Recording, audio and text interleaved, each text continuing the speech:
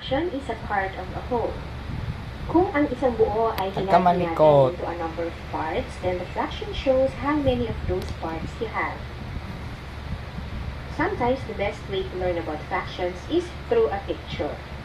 Ayan, pag-aralan natin ngayon itong mga pictures na nasa screen. The first picture shows the whole, and then the other pictures show fractions of that whole. When writing a fraction, there are two main parts. Yung una, yung numerator. Ang pangalawa ay ang denominator. The numerator is how many parts you have, while the denominator is how many parts the whole was divided into. Okay, balikan natin yung mga pictures of fractions na example ko kanina. Dito sa una, makikita natin na shaded yung isang buo. That means isang buo siya or whole, 1. Yung pangalawang figure ay makikita ninyo na hinati ito sa dalawa. Kaya ito ay naging 1/2 or half. Yung 1 sa ibabaw, yon ay ang numerator, at yung 2 sa ilalim, yun naman ang denominator. The numerator shows how many parts you have. Diba, shaded ko yung isang part niya nung hinati ko yung dalawa. Then, that one is the numerator.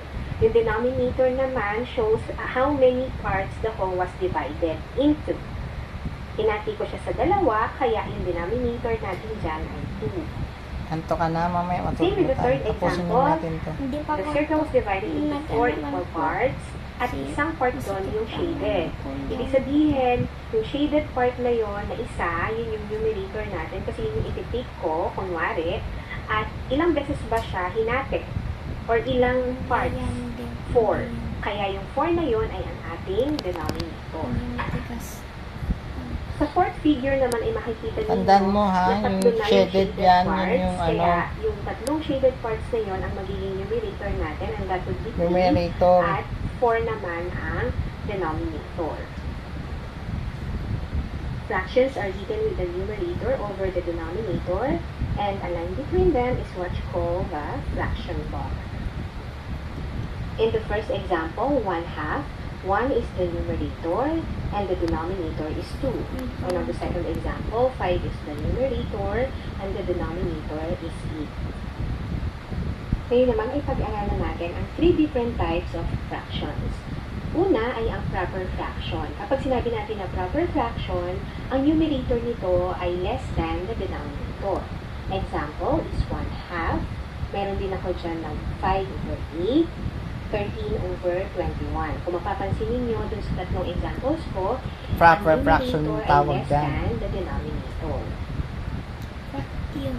The second Yan naman, type of improper. fraction ay ang improper fraction. Bakit siya Kapag naman tinawag sinabi na natin improper improper fraction?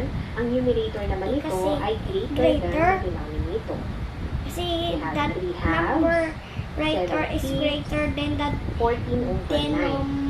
Kung mapapansin denominator. ninyo, lahat ng mga Kaya nga, given bakit nga siya examples tinawag ko, na improper? mas mataas ang numerator kaysa sa Kasi, denominator. Ano, At lagi niyo bigkasin tatandaan, mo. ang improper fraction Ano ay siya? always greater than 1. Malaki. Ano ang malaki? Kung ang proper 14, fraction tapos is always less than 1, ang ang maliit, improper 9. fractions naman Ano ang tawag ay sa 9? laging greater than 1. Ayun, may arrow, Is a denominator. mixed number, sometimes also called a mixed fraction. Ayan It is yung a ano, mixed combination number. of a whole number Improper and a fraction and mixed number. Examples are 1.5, Mixed 3 and number yan, yan ang 3/4, type of 2 ano. and 1/4. Kung mapapansin Three types niyo, of, lahat ano, ng yan fraction. ay combination of a Type whole of number fraction and din. a fraction. Again, isa-isahin ulit natin ang types of fractions. O type of fraction Una ay ha. yung proper fraction. Proper The fraction, numerator is less than the denominator. improper fraction, and mixed Kapag number. improper fraction naman, ang numerator is greater than the denominator. At ang mixed number or mixed fraction ay combination of a whole number and a fraction. Yan. So I hope that